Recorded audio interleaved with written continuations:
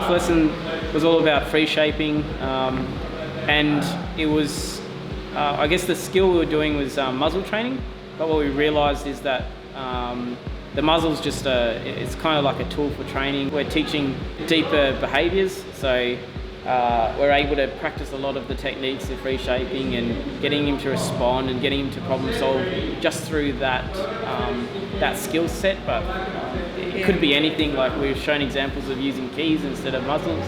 Yeah, it was pretty good. I think the highlight for me was Sean got one of the other trainers to come in and practiced free shaping on a human, so that was interesting to watch, which sounds like you can train anyone with cricket training that way. So he's definitely more focused on us when we're engaged in training, so if there's any other distractions around the park or outside, his eyes are locked on us, and we're able to regain control of him pretty good.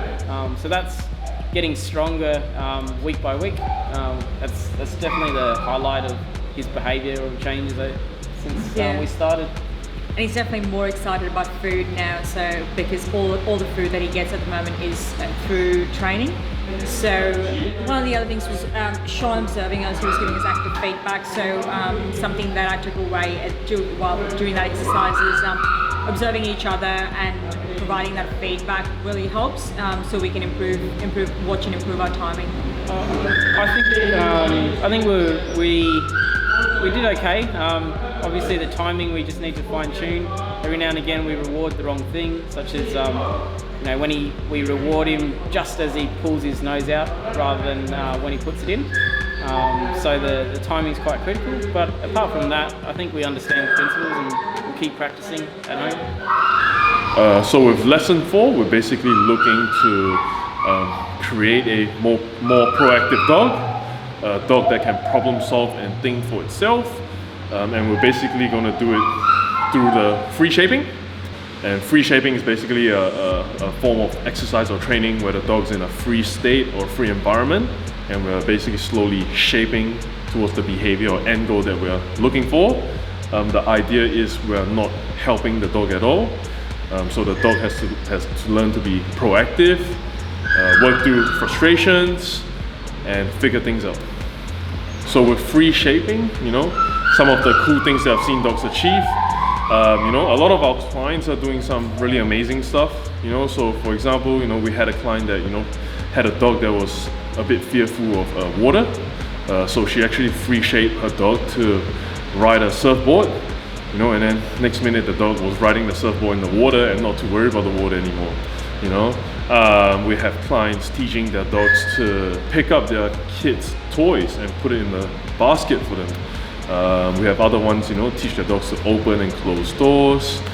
Probably the most popular one, teaching their dogs to find and retrieve their keys for them.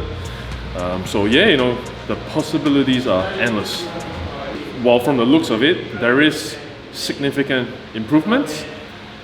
Chaos is coming in more focused, more motivated, more enthusiastic, and also blowing up less at the distractions. Whereas in session 1 he did come in pretty barky and disengaged a fair few times, and his motivation was also fairly low. So definitely significant improvements in that regard. From the previous week, in week 3 of the training, we had basically no reactivity. But coming in this week, 4th weekend, he was a bit reactive throughout the sessions at some points, and it really just goes to show, your dog training journey or process is not going to always be perfect. There's ups, there's downs, but when you are faced with situations like this, sometimes the best thing you can do is to not, force anything upon the dog and make things worse. You can actually prevent it or stop it through management.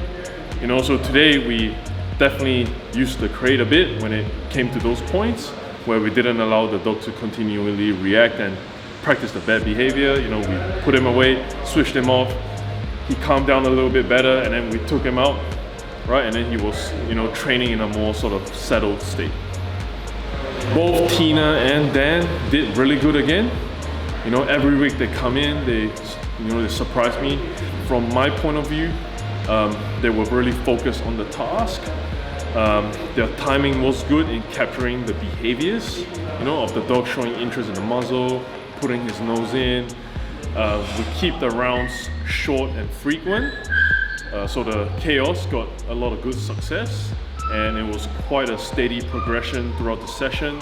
So the homework for lesson 4 is to basically, either go back and, keep training the muzzle, keep building on the free shaping, get more duration time, of chaos, putting his nose in the item, including a few distractions, having a handful of food right next to the muzzle while they're doing the training.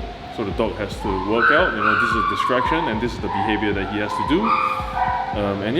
Incorporate that into everything else that we've basically been building on. So the bulk of session 5, which is the following one, is to build a list of communication words that we can get the dog familiarized with, get the owners familiarized with, and now they can actually take it away and apply it on many other behaviors, things like sit stays, down stays, healing, and many more.